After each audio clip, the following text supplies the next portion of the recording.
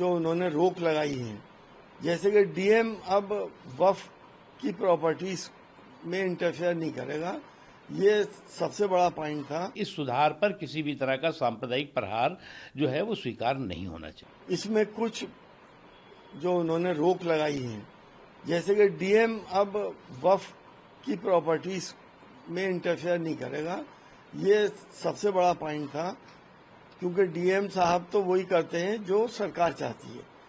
हम इस फैसले का, जहां तक डीएम साहब की बात है, स्वागत करते हैं।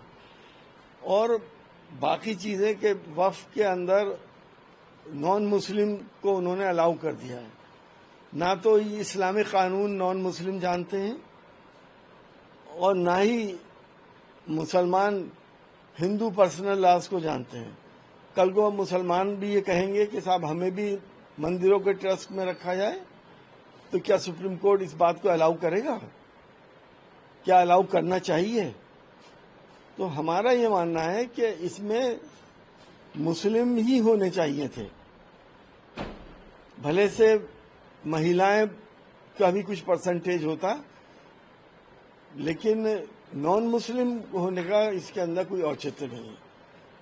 सुप्रीम कोर्ट ने फैसला दिया, लेकिन यह ध्यान नहीं रखा कि वक्फ की संपत्तियों पे अवैध कब्जे जिन जिन लोगों के हैं, सरकारों के हैं, उसका क्या होगा? सबसे ज्यादा तो अवैध कब्जे सरकारों के हैं। क्या सुप्रीम कोर्ट उन संपत्तियों को फ्री कराएगा सरकार से, और अवैध कब्जों से जो पब्लिक ने कर रखे हैं? क्या 2-2 रुपए 4-4 रुपए किराए वाले जो लोग रह रहे हैं वक्फ की संपत्तियों में, उनके लिए सुप्रीम कोर्ट ने कुछ सोचा? जो वक्फ के पूरे सिस्टम में सुधार का फैसला हुआ है, संसद ने पास किया है, वो शुद्ध रूप से आस्था के संरक्षण और व्यवस्था के सुधार का है। जो आस्था है उसका संरक्षण है, और जो प्रशासनिक व्यवस्था है उसकी सुधार का है। लेकिन अफसोस की बात है कि जो लूट की लंपट लाबी है, वो लूट के लाइसेंस की छूट चाहती है। अब लूट की लंपट लाबी अगर लूट के लाइसेंस की लीगल छूट चाहती हो, तो वो इसी तरह का हाहाकार, हंगामा और एक काल्पनिक भ्रम पैदा करने की कोशिश करेंगे, क्योंकि ये वो लोग हैं जिन्होंने कि वक्फ के पूरे सिस्टम को टच मी नॉट बना दिया था। और एक जो ज़मीनी जो है वो कानून था, जो संसद का कानून था, उसको आसमानी किताब बना दिया था कि साहब इसको कोई छू ही नहीं सकता। जहाँ तक सवाल है कि जो प्रशासनिक व्यवस्था है, उसमें जो है वो समाज के सभी वर्गों की हिस्सेदारी, भागीदारी इस नए कानून में जो है। अब ये कहते हैं कि जी नहीं, इस सेकुलर कंट्री में कम्युनल एंट्री और नो एंट्री का फार्मूला रहेगा, कि इसमें जो है वो कोई भी जो है वो दूसरे मजहब का जो है वो इस प्रशासनिक व्यवस्था का हिस्सेदार, भागीदार नहीं बन सकता। तो सेकुलर कंट्री में कम्युनल नो एंट्री का जो है वो फार्मूला नहीं चल सकता।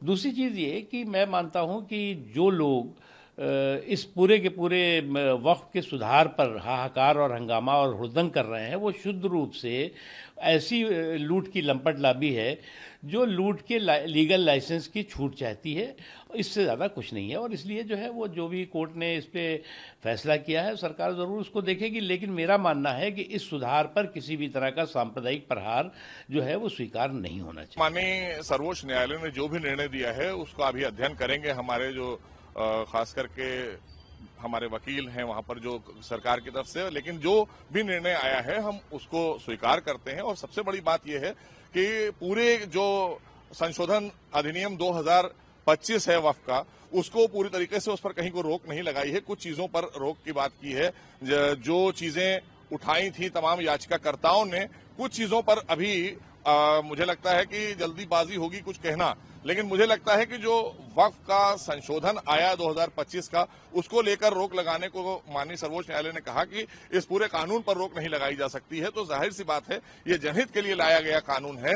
और माननीय हमारे जो गृह मंत्री हैं उन्होंने भी सदन में कहा था कि हम शरिया के मामले में कोई बात नहीं कर रहे हैं। हम वक्फ बोर्ड को लेकर, जो बोर्ड हमारा बनता है वो संवैधानिक होता है, प्रशासनिक होता है। तो बोर्ड में जो 3 सदस्य को लेकर बात उठ रही थी बार बार कि उसमें गैर मुस्लिम नहीं आ सकते, उसको लेकर साफ तौर पर माननीय सर्वोच्च न्यायालय ने कह दिया है कि 3 सदस्य जो होंगे वो आप गैर मुस्लिम रख सकते हैं, क्योंकि ये वहां पर उसको वक्फ बोर्ड को चलाने के लिए और जो सदस्य 3 होंगे वो गैर मुस्लिम लिए जा सकते हैं, तो उस पर कोई रोक नहीं लगाई है। तो मुझे लगता है कि ये निर्णय अपने आप में ये बताता है कि ये जनहित के लिए, जो लोगों को न्याय देने के लिए जो वक्फ अधिनियम 2025 माननीय मोदी सरकार लेकर आई थी, उस पर पूरी तरीके से सहमत है माननीय सर्वोच्च न्यायालय भी। और जो हमारे याचिकाकर्ता हैं, जिन्होंने भाई याचिकाएं लगाई थी, जिन्हें थोड़ा कहीं ना कहीं गलतफहमियां थी, उस गलतफहमी को भी दूर कर दिया है माननीय सर्वोच्च न्यायालय ने। सुप्रीम कोर्ट के जो आज ऑब्जर्वेशन आए हैं और पार्शियल स्टे, कुछ जो क्लॉजेज हैं वक्फ अमेंडमेंट एक्ट में जो उन्होंने डाले हैं, उसका स्वागत करते हैं। एक मुस्लिम महिला होने के नाते मैं ये ज़रूर कहूँगी कि जी, वक्त के साथ, समय के साथ सिस्टम्स हैं, बदलते हैं और बदलने भी चाहिए। It should evolve with changing times. पर जो एक सैंक्टिटी होती है कल्चरल और जो रिलीजियस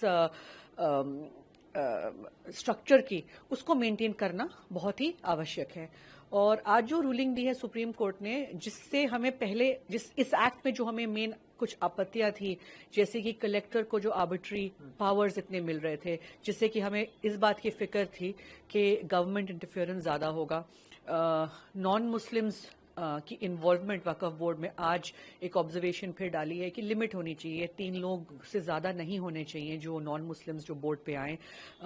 साथ ही में जो CEO हो, इंश्योर करना चाहिए कि एक मुसलमान हो। इन सब जो क्लॉजेस हैं, इनका स्वागत करते हैं।